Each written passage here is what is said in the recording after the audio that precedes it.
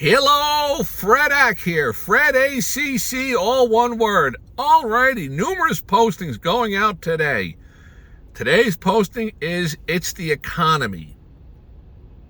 It is June the 1st, Sunday, about 2 p.m. East Coast time. Let's talk about the economy. First, I'd like to thank you all for being here, and I hope you subscribe, because for those of you who want to check out the economy and have an understanding of where we might be going and how you can prepare for a downturn, Fredak has it all here. Fred ACC, all one word. Alrighty, so with all that being said, this is not financial advice. These are just the ideas that are swirling around in Fredak's head. I'm coming to you from the 2002 Toyota Sienna. It's a jalopy, but I love it. It's old enough to drink and old enough to vote. And if you have the opportunity to subscribe, you can check out some of my other postings on day trading, different economic scenarios, some of the four-legged animals, those horses that are running, the Derby. What else we got on there? The Stupid Bowl. Explained why mathematically the Eagles were the smart play. Generational wealth, how you can create generational wealth. Get on board with XRP. That was back at 52 cents back in October. I know some of you are on board with this. A lot of you who've subscribed, I think you're following my dribble because of the XRP. And I hope there's a lot of other reasons why people are going to start tuning into Fredak. Best of all, the Fredak is free. Absolutely free. What is Fredak all about? I try to bring things in your direction that you don't hear from all the other talking heads, because there's tons of talking heads on YouTube. There's somebody out there to tell you everything that you want to hear. You want to hear about crypto going to the moon. You want to hear about real estate going up, up, up, up, up. You want whatever, down, down, down, down, down. Whatever you want to hear about. The stock market's going to rage. It's going to collapse. Economic doom, this and that, da-da-da. Everybody's got a take on everything. And I guess Fredak does too. But I try not to be blindsided by what I'm involved with. I try to keep an open mind and share with you the things that I truly believe, not what you want to hear. And I've said many times on many of my postings, if you're here for the aesthetics, you're in the wrong place. Look at this. No, if you're here for the knowledge, knowledge is power. The more knowledge you have, one little tidbit of knowledge could save your financial bass. Big time.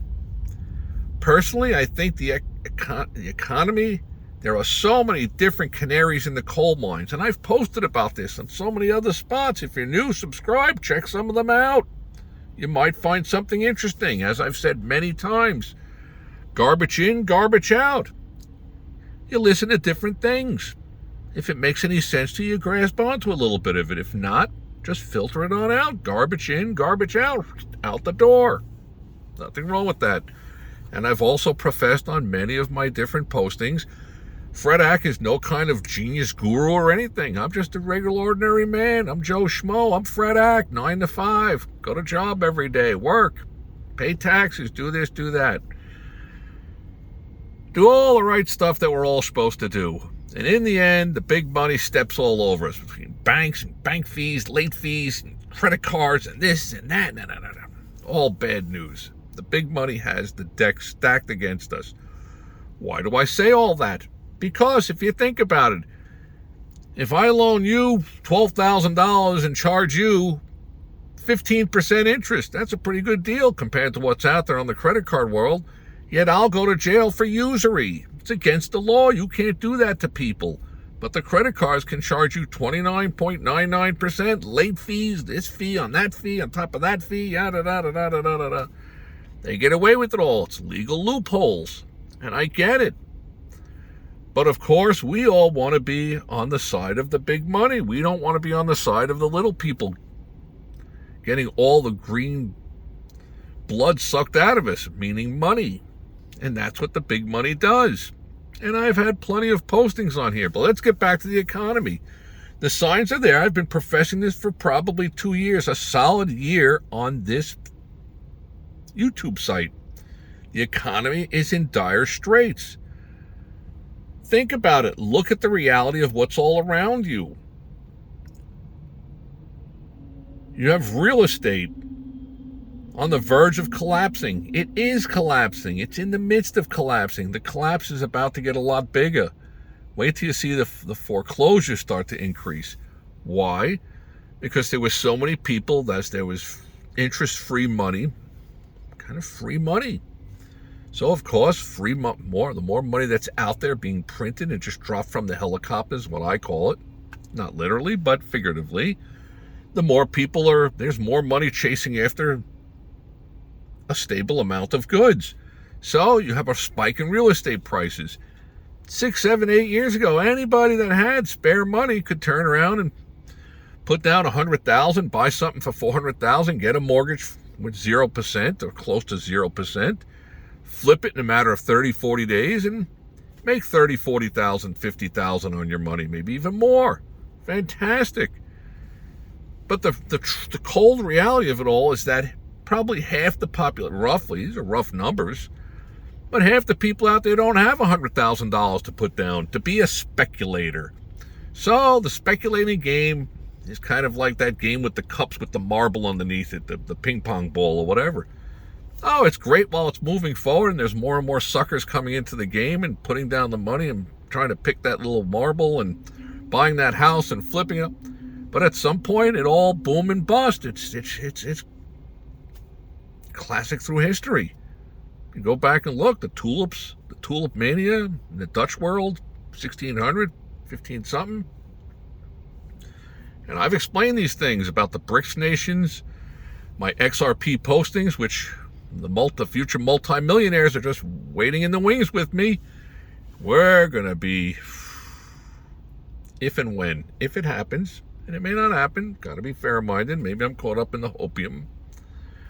But we're going to post numerous postings today. I'm going to have something out there about XRP shortly. For those of you who are in it, I want you to hang in there with me because you hate to look back and say, gee, I owned that thing at like $2 or at 52 cents and I sold it.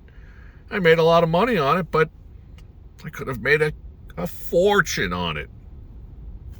Back to the economy. Repo rates going through the roof. People can't afford the prices of where things have elevated to, whether it's new car or real estate. So these real estate builders I see out there, they're offering all kinds of incentives. Who do you think's buying those townhouses for $350,000?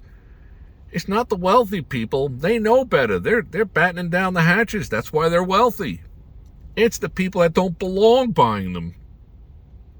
So what's going to happen shortly down the road? Factor in the thought of about a year and a half ago. ARM, A-R-M, mortgages, adjustable rate mortgages. These are mortgages that every 2 years, each year after that, they adjust for inflation. Not a good thing. When you first got into the loan, and you're like, well, this is better than me paying rent. Maybe it is and maybe it isn't. So many different canaries in the coal mine. And I've explained canaries in the coal mine. I'll do it very, very quickly. Back in the day, in the Kentucky coal mines, they would bring the canary down in the cage. The canary had more susceptibility to bad air. He knew or she knew that the air was not good. So one person's job, while everybody else with picking shovels was tapping away with the hat on, with the light, if that canary started to wobble or keeled over, everybody drop the picks and shovels, get the heck out of here. We only got about a minute to survive. The air was bad. There are so many canaries in the coal mine. Warning signs. Warning, Will Robinson. Warning. You got the repo rates. People's cars, they overspent on a car that they cannot afford. It's all coming home to roost. The financial slowdown. There are so many listings out there, and people can't get out. Bought something for $400,000 that 8 years ago was worth $200,000. What did I know? I just figured I'd buy it at $400,000, flip it for $430,000 in a week. I'll make 30 grand quick. It's a beautiful thing when it works, but when it doesn't work and it stops working, then you start looking at losing your initial investment. That's what's happening right now, but a lot of people don't want to swallow that bullet, so they don't want to lower their price to a price that's not even affordable to the average Fredak in the world 9-to-5er. numerous other negative things out there in the economy that are telling you, they're like warning lights flashing, warning, warning, Will Robinson. For example, the new new administration that's in, they are going pretty drastic. Who out there on YouTube is saying, why? Are there cracks in the foundation of the 10-story building or the Golden Gate Bridge? This is just an analogy. I use a lot of analogies. Transfer that analogy of the Golden Gate Bridge over to the economy. What are they seeing that the rest of us are not seeing in the underlying economy? I mean, the bottom line is that the U.S. has printed money out of thin air for a long, long time. Well, they're probably getting near the uncle point. And a lot of the mega wealthies, whether it's institution, businesses, individuals, where has that been absorbed from? That's been taken out of the everyday person. And I'll share this with you. These are just my thoughts swirling around in my head. The stock market. If the stock market doubles in price in the next 1 year, which I don't think it will, it's probably going to have an implosion actually to the downside. But that's just what I think. Used to be a time that the Federal Reserve and the government could step in and put a floor underneath any kind of a drastic drop. I don't think that day is here anymore. I think they have to be very concerned about what they do financially. What do you see going on? Moody's, Fitch, all the credit monitoring groups, they're lowering the U.S.'s credit rating. Why? Because they're over leveraged. They've printed too much darn money, more money than is even mathematically imaginable to most of us. So going back to the administration, you have an administration that seems like they are very concerned about the near future. At a certain point, you got to pay the piper. You got to come back to saying, okay, we got to level the playing field. And unfortunately, the large majority percentage of not just the United States, the entire globe has been left behind, and the spendability, the value that you got for the somewhat limited amount of resources that you've accumulated as an individual has been, I'm not going to say evaporated, but it's been worn down. And why? At the expense of the big money institutions and the big money people getting wealthier and wealthier and wealthier. You set the Wayback Machine with Mr. Peabody and Sherman. Go back to like 1955. The CEO of a company. Sure, I understand it's relative to now that if they were making $5 million a year in salary, and today it's $5 billion in salary, yes, things have moved forward. I understand that. But still, look at the ratio of what that was in comparison to the person who worked in the General Motors on the line there. Let's just use fake numbers. Back in 1955, the salary difference might have been 500 times what the average automaker was making. That's what the CEO, the chief executive officer, was getting. Now, it's like 5,000 times that. It's out of whack. And you know what? The bottom line is that it's worked for them. So they just keep taking more and more and more. And each of us is in a less and less and a less position, which is why I've strongly